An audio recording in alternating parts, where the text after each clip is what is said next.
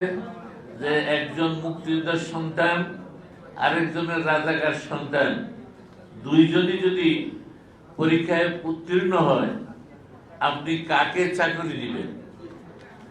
তার উত্তরে বলেছেন আজকে সবল রাষ্ট্রনায়ক বঙ্গবন্ধুর রক্তের উত্তরাধিকার এবং আদর্শের উত্তরাধিকার দেশবন্ধু শেখ হাসিনা বলেছেন যে বীর মুক্তিযোদ্ধারা বঙ্গবন্ধুর নির্দেশে জীবন বাজি রেখে এই দেশকে স্বাধীন করেছে সেই মুক্তিযোদ্ধাকে আমি চাকরি না দিয়ে কি আমি রাজাকারের বাচ্চাকে দেব? এর চেয়ে সত্য কথা কি? এই সত্য কথাটাই তিনি বলেছেন। এই দুইজনের মধ্যে কাকে দিবেন সেইটাকেই মিস ইন্টারপ্রিটেট করে, অর্থাৎ সেইটাকেই ভুল ব্যাখ্যা দিয়ে পত্র পত্রিকার মাধ্যমে আপনারা বলছেন যে উনি সবাইকে রাজাকারের বাচ্চা বলেছে এবং মুক্তিযুদ্ধ বিরোধী বলেছে। এ কথা মাননীয় প্রধানমন্ত্রী বলেন নাই। বলেছেন ওই কথা যে দুইজনের মধ্যে রাজাকার এবং মুক্তিযুদ্ধের সন্তান এর মধ্যে কাকে বেছে দিবে সেই ক্ষেত্রে এই কথা বলেছে। এই মিথ্যাচার করে যারা বলেছে যে আমি রাজাকার, তুমি কে আমি কে, রাজাকার রাজাকার, আমরা বলতাম তুমি কে আমি কে, বাঙালি বাঙালি, তোমার আমার ঠিকানা পদ্মা মেঘনা যমুনা। সেইটাকে বিকৃত করে কত দুঃসাহস! ৩০ লক্ষ শহীদের রক্তের বিনিময়ে ২ লক্ষ মা বোনের সংগ্রামের বিনিময়ে যে বাংলাদেশ, সেই বাংলাদেশে বলে তুমি কে আমি কে, রাজাকার রাজাকার। অর্থাৎ তাদের আসল চরিত্র এটা তারাই নিজেরাই প্রকাশ করেছে। দ্বিতীয়ত, যতদিন আমাদের কোমলমতি ছাত্রছাত্রীরা কোটা বিরোধী আন্দোলন করছিলেন, আমাদের মাননীয় প্রধানমন্ত্রী বলেছেন, আমরা বলেছি যে তোরা ওদের দাবি একজন এই দেশের নাগরিক হিসাবে একটা দাবি করতেই পারে, সেইটা কর্তৃপক্ষের কাছে দাবি করতেই পারে। আপনারাও অনেক সময় অনেক দাবি সরকারের কাছে করি, দাবি করা তো কোনো অন্যায় না, করতেই পারে এবং তারা নিয়মতান্ত্রিক ভাবে আন্দোলন করতে পারে, কেউ বাধা দেয় নাই। আমাদের ওই কোটা বিরোধী ছাত্ররা, আমাদের সন্তানেরাই তারা আন্দোলন যারা করেছে, আমরা কেউ কোনো বাধা দেই নাই। তারা শান্তিপূর্ণভাবে তাদের বক্তব্য গণতান্ত্রিক রাষ্ট্র হিসেবে করে যাচ্ছে। কিন্তু এরপরে যখন বললো তুমি কে আমি কে, রাজাকার বলে হল তছনছ করলো, সবকিছু ভাঙচুর করলো, হলের গেট গোট ভেঙে দিল, আপনারা দেখেছেন।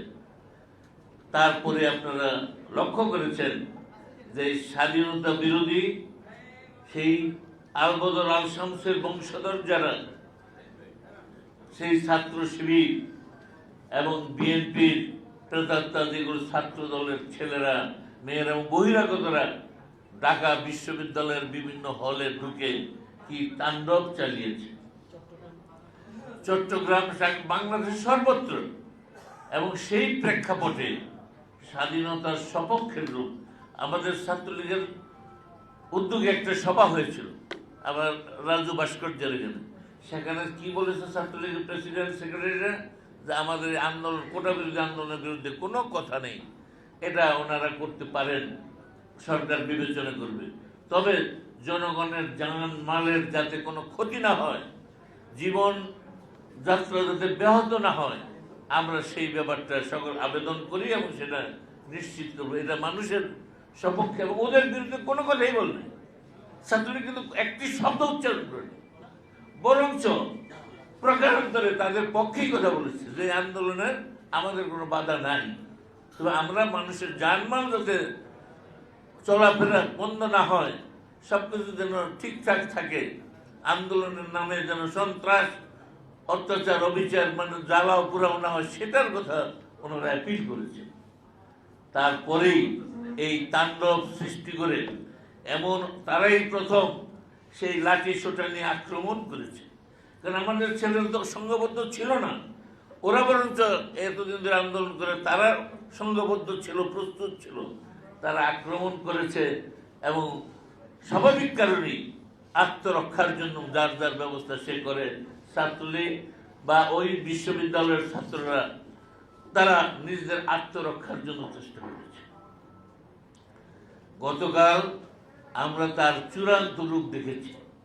যেদিন ফখরুল সাহেব বললেন যে আমরা যা করতে পারি নাই ছাত্ররা তা করে দেখাচ্ছে, অর্থাৎ ওরা আন্দোলন সফল হয় নাই, তারা হচ্ছে ইন্ধন দিলেন, আরো অনেক কথা দুষ্কানিমূলক কথা বললেন। তারপরে কালকের চিত্র দেখেন কি অবস্থা। তারা চেয়েছিল লাশ। আমাদের কামরুল ভাই বলেছেন 3 দিন আগেই আমেরিকার সেই বলেছেন প্রতিনিধি যিনি ব্রিফ করেন, তিনি বলেছেন যে 2 জন ছাত্র মারা গেছে, যখন কোনো লোক আহত হয় নাই তখন তিনি বলছেন হত্যা মৃত্যু হয়ে গেছে। অর্থাৎ তাদের এই লাশ দরকার ছিল, সেই লাশ পাওয়ার জন্যই কালকের এই অবস্থা। এবং তারা এই যে আত্মঘাতী, তারা যেভাবে অস্ত্র নিয়ে, আপনারা লক্ষ্য করেছেন যে অস্ত্র নিয়ে তারা কিভাবে আক্রমণ করেছে মিছিলের উপর। আমাদের এখানে কামরুল ভাইয়ের এলাকার এক নিরীহ দোকানদার শাহজাহান মারা গেছে, ঢাকা কলেজের ছাত্র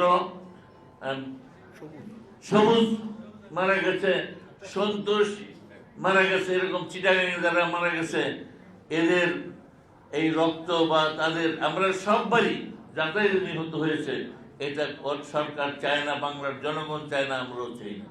সকলের আত্মারই আমরা মাগফিরাত কামনা করি।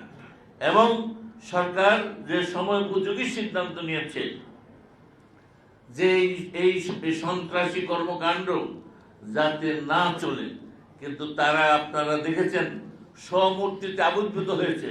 আওয়ামী লীগ কি কোথাও কোনো প্রোগ্রাম করেছে? আজকে ওই আপনার শাপলা চত্বরে ছাত্র শিবির এবং জামাত তারা রাস্তায় নেমেছে, বিএনপি রাস্তায় নেমেছে, আমাদের মফস্বল এলাকায় সর্বত্র ওদেরকে রাস্তায় নামানো হয়েছে। ওরা রাজনৈতিকভাবে কিন্তু এই আন্দোলনটাকে নিয়েছে, আমরা কিন্তু রাজনৈতিকভাবে কখনোই নেইনি। এটা ছাত্রদের দাবি, তারা করতেই পারে, তারা বলছে। কিন্তু এখন আর ওই সুতা নাটাই ওই কোটা বিরোধী বা সংস্কার আন্দোলন যারা করে তাদের হাতে নাই, কাদের হাতে চলে গেছে? যারা স্বাধীনতার বিরোধী, 71-এ যারা প্রত্যক্ষভাবে স্বাধীনতার বিরোধী করেছে তাদের হাতে গিয়েছে। এবং তাদের যারা সেই প্রভু, যারা সপ্তম নৌবহর পাঠিয়েছিল, আমাদের হাতে চলে গেছে। কাজেই আর বসে থাকার সময় নেই। আমরা যারা বঙ্গবন্ধুর নেতৃত্বে তার নির্দেশে জীবন বাজি রেখে এই দেশকে স্বাধীন করে দিয়েছি, আমাদের জীবন দশায় এত বড় দৃষ্টতাপূর্ণ কথা বলবে এই দেশ নাকি রাজাকারদের, সেটা মান্য নেওয়া যায় না। সেই জন্যেই আমাদের এই যে আন্দোলন, আমরা কিন্তু দলীয় ব্যানারে নয়, আমরা অন্য কথা কে কোন দল করি, অনেকেই হয়তো আমরা এই আওয়ামী লীগ করি, কিন্তু এই আন্দোলনটা হচ্ছে আমরা যেটা মুক্তিযোদ্ধা, শ্রমিক, কর্মচারী, পেশাজীবী, আমরা আন্দোলন করছি, আমরা যারা মুক্তিযুদ্ধের সপক্ষে শক্তি। তাই আমি সকলের কাছে দল মত নির্বিশেষে এই মুক্তিযুদ্ধের সপক্ষে শক্তির কাছে বিনীত আবেদন করি যে আগামীকালের জনসভায় আমাদের এই বাইতুল মোকাররমের গেইটে, দক্ষিণ গেইটে এই জনসভায় যোগদান করে আমরা বিস্তারিত কর্মসূচি প্রণয়ন করে কালকে ঘোষণা করব। আপনাদের উপস্থিতি কামনা করি। 3টার সময় গায়েবানা জানাজা আছে আওয়ামী লীগ অফিসের সামনে, সেখানে যোগদানের আহ্বান জানাই। এবং আজকে সারা দেশের মুক্তিগামী, মুক্তিযুদ্ধের পক্ষের লোকজনের কাছে প্রস্তুত থেকে এই অপশক্তি যাতে গোলা পানিতে মাছ শিকার করতে না পারে, এবং তাদের যে আজকে উদ্দেশ্য এই সরকারকে সেই সময় বলেছিল টেনে হিসেবে নামাবে, পারে নাই, আজকে আবার সেই সুযোগ নিতে চায়। সেই জন্য সবাইকে আমরা সজাগ থাকার আহ্বান জানিয়ে এবং এটাকে প্রতিরোধ করার আহ্বান জানিয়ে আমার বক্তব্য শেষ করছি। আল্লাহ হাফেজ। জয় বাংলা, জয় বঙ্গ, জয়। আসসালামু আলাইকুম।